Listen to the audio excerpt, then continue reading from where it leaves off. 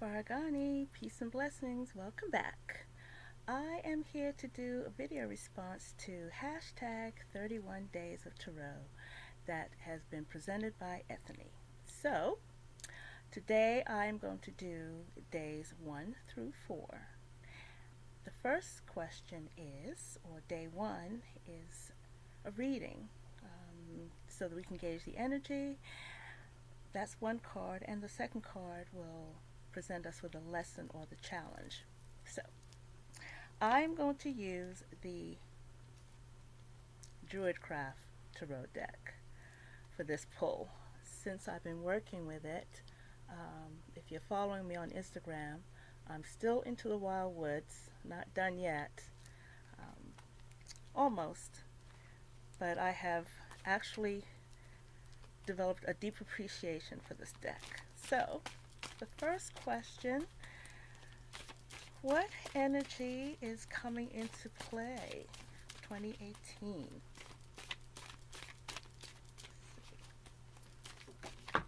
Oops. Rebirth. How about that? 2018, even though it's a 2-year, we get to come out of the dark, reawaken those things that we had put aside. Perhaps we get to address them, look at them again. Again, as I said, one cycle completes, another one's about to begin. New birth, that's what I'm feeling here. New birth, new creativity. Even though the cycle continues on, you do have an opportunity to begin again. So the challenge, or the lesson,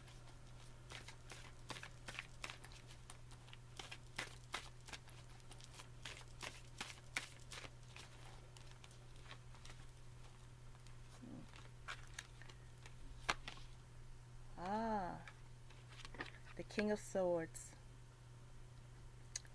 So the challenge would be to be, I would say, a bit discerning, mindful, have clarity of mind as to what it is that you want to do.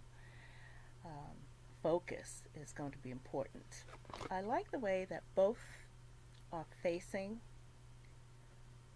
looking at you head on. Let's see, let me show you. Okay. The hair, from what I understand, represents fertility and growth. Yes? You have a child or a young man, or maybe it was this older man that's being reborn, coming forth. No matter, at some point we all are children, and on the cycle of life we grow to mature into adults, and then we go back again. Isn't there a riddle that has to do with the Sphinx? And that's what I see here. So, rebirth, heeding the call, being given another opportunity again for a full life, abundance. But we have to be discerning in our choices and what we're going to do so that we can continue to have fruitful lives. Clear thinking will be required so that we can be decisive and we can actually be successful. So, day 2, my top 5 tarot decks purchased. I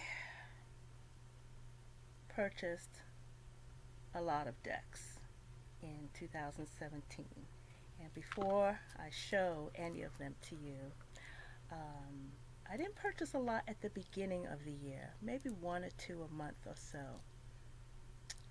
But then for my birthday, I decided that I wanted to receive a present every day from the date of my birthday until the 31st of December.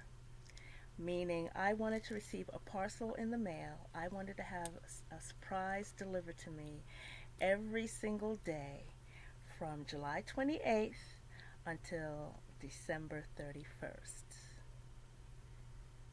I'm going to let you do the math on that. But since I had to choose 5 top decks, I noticed a slight trend. So one of my top 5 was the Dark Days Tarot. And this is a deck that uses directionality. Is that such a word? I really enjoy how this deck is set up. We have the majors in white.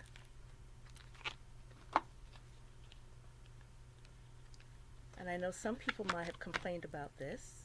You have the majors in white. I love that. Oh, I love that Empress. Your lovers. Justice.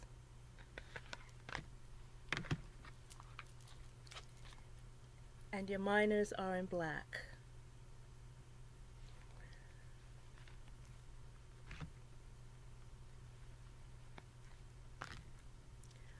All of the cards have a black background.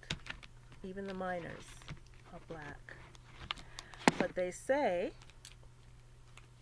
that when you put the whole deck together, I really don't see the difference where the minors and the majors are. Maybe I'll edge the deck. I'm not really one of those deck modifiers. It's not necessary to me. It's just something I truly enjoy. But I have to say that I will buy a deck if it only has one card of a person of color represented. And this deck, even though it's a black and white deck, it was obvious who was who, what was represented. But what I really enjoyed about this deck was the sense of community. This is one of my favorite Six of Pentacles ever. You know, the Six of Pentacles is give and take, keeping things in balance, air of reciprocity. And this is everyone coming together so that all can be successful. You know, it's potluck, it's everyone contributing so that the whole community is well fed and everyone can enjoy themselves. And my second favorite card is this one, the Ten of Cups. And I love how everyone is represented at this table. That would be a dream for all of us, wouldn't it? For all of us to be able to sit down at a table and commune together. No judgment, no quarrels, just enjoying one another. Yeah? Okay, and my second deck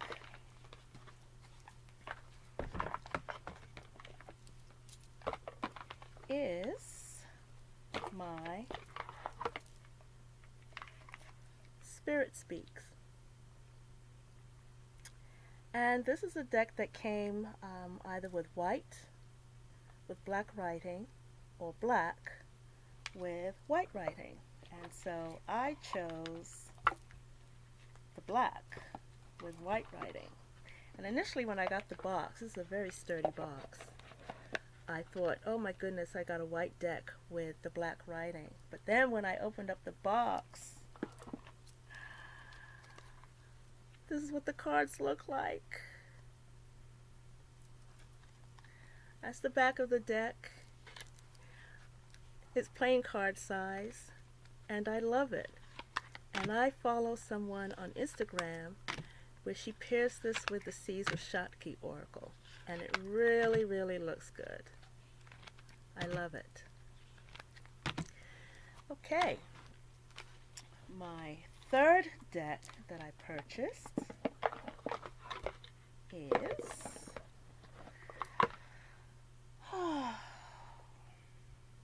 okay, if I must.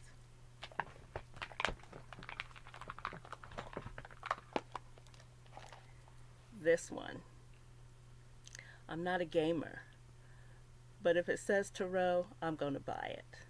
And I love fantasy art, and it's just something that I really appreciated. I'll show you a few cards. That is the Death card.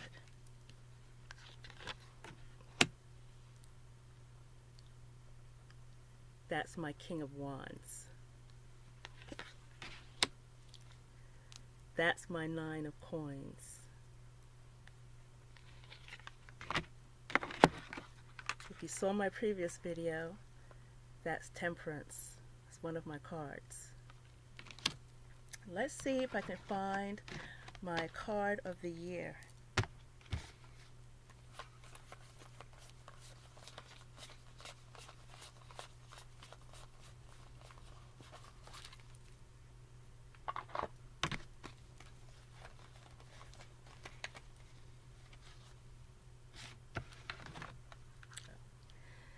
That's the Queen of Swords.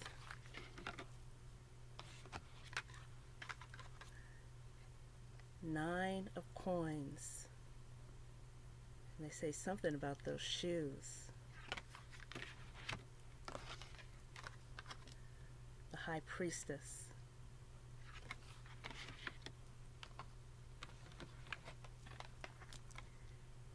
The King of Pentacles. And my year card. Yeah. I love it. I love it. Here's another card that I love. The Chariot. Is that gorgeous or what?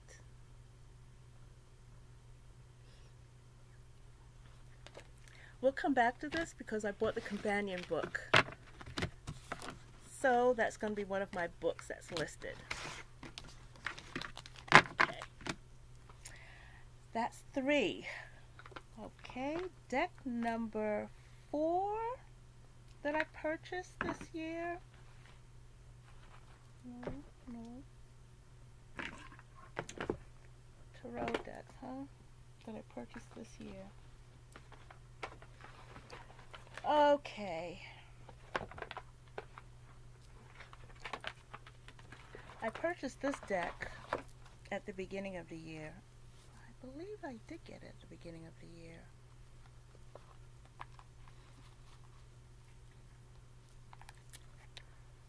The Bonefire Tarot. Published by Schiffer. Beautiful keepsake box. I love the imagery. Once again. Oh.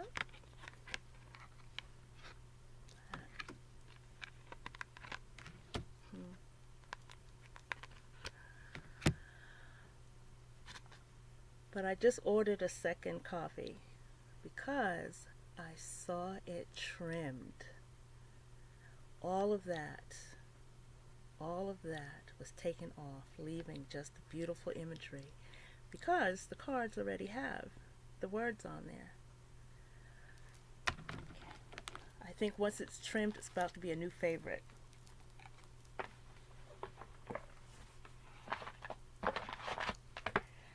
And my 5th. Let's see. You get a hint right there to say that I am in love with this deck is an understatement. Oops. There you go. Yes, I bought 3. I did. Santa Muerte. When this deck was coming out, when I heard that it was coming out, I spoke to the owner of the store. He contacted me and said, hey, what do you think about getting this deck? I said, absolutely, absolutely. I said, how many are you going to get? He said, 100. 100 wasn't enough. So when the decks started to arrive at the beginning of October, we were able to get a few more. I made sure that I got 3. Now, this deck, for those of us who appreciate the love and the embrace of Santa Muerte, this is a deck that is a combination of La Calavera Catrina and Santa Muerte. It's not a full Santa Muerte deck, but many people would know that. I also got the little bag. So, Rider Waite, you've seen this deck 100 times on YouTube. You've seen the walkthrough. You've seen it. If you haven't seen it, you've been living on another planet. Okay, it's a gorgeous deck. It's a keepsake. Okay, it's on point. It pulls no punches. It's just beautiful. It's all encompassing. It's all embracing. Absolutely. It's just everything. Everything. So, I have 4 copies of this deck. This one is mine. See that number? I don't know if you can see that. But that combination of numbers, those are my birth date numbers. Now you know if you got this deck, it was sealed up. So this deck is mine to keep forever. Oops. The cards are still in the shrink wrap.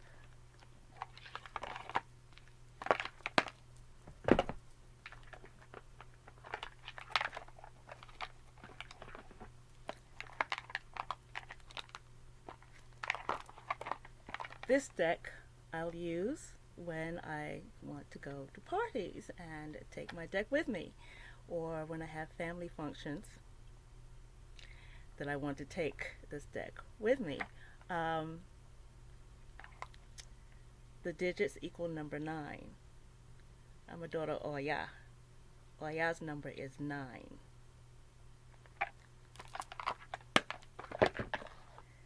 And the third deck, the third coffin box, box number 1241, I will be giving away to one of my YouTube subscribers. Stay tuned. And the 4th box is the one that I keep in the little bag. You know, you have to have a regular box. So you've seen enough walkthroughs of this deck. So I think I covered all 5 tarot decks. Now, my top 5 oracle decks. Whew. Let's see.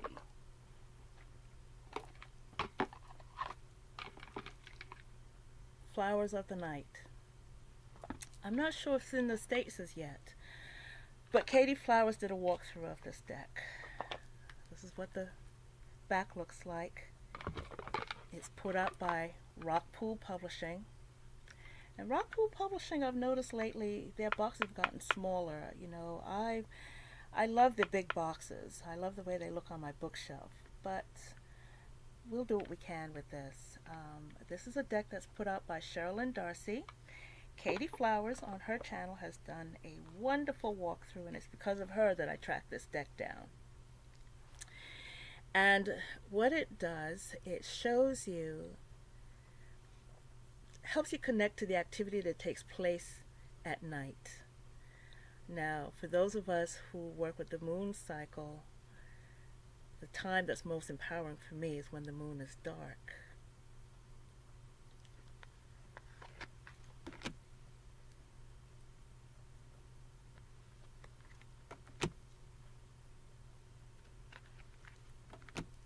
Isn't this gorgeous? I love the vibrancy. If you watched, anyone who saw The Life of Pi, there's a scene where he's on that island that becomes fluorescent at night. That's what this reminds me of. beauty and the fluorescence and the vividness of the nighttime activity, the life that happens under the cloak of darkness. That's my first oracle deck. My next one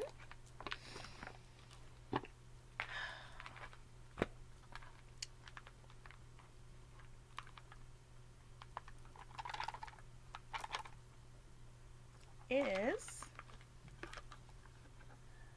Azúcar Bone,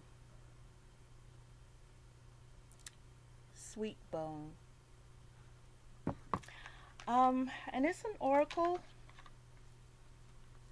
Comes in a box like that. And it's really simple, I think. Black and white on the back. Cards are just a bit about the same size as your ordinary oracle cards. But I love the simplicity of it. If you look closely, you know, you could see sitting in meditation. So the full moon, waxing, highly violet, that's what your 7th chakra. The circle contains the word.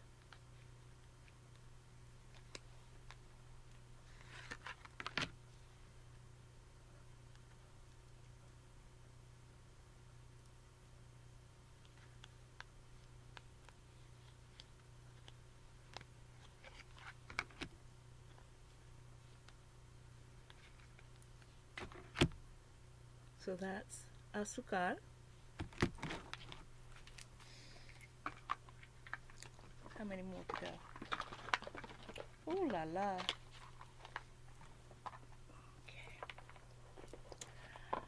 I have found myself being drawn towards Native American decks. I don't have any Native American ancestry at all. I am Caribbean. My Indian lineage, if you want to call it that. My grandfather was from India, Gujarati. My Carib Indian side is Taino and Arawak, mixed with African. So, but I have found myself being drawn towards Native American spirituality, Native American iconography, trying to understand. And I'm going to do a video or something in regards to my findings, because I've come across a few decks that were not written by people who are Native American, but who have claimed to be part of First Nation. I guess someone had to do it. Nothing you could do about it once you bought the deck, right? Okay, so the first deck here is Native Heart Healing Oracle. And even though this is based on a Native American spirituality, the deck is full of mandalas.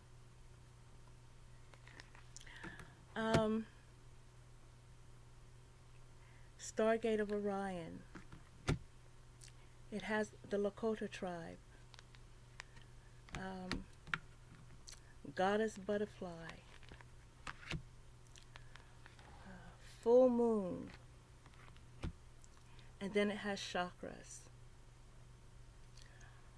The back is beautiful. It does give a beautiful read. I guess I'm just trying to understand why there's a mix of so many dynamics in one beautiful deck. Why such a mix was needed. Doing further research on that. My next deck is Shamanic Medicine. And I was kind of hoping that this would be a bit better. And I have to say that it actually is. Barbara Michael John Free and Flavia Peters, they did a pretty good job of doing some research. This is a deck that seems to be a bit more inclusive of the world's spiritual practices. It's a Blue Angel product, so you know the Blue Angel boxes are sturdy. Your guidebook, and I would suggest that you do work with this guidebook unless you are absolutely familiar with all of the world's shamanic practices.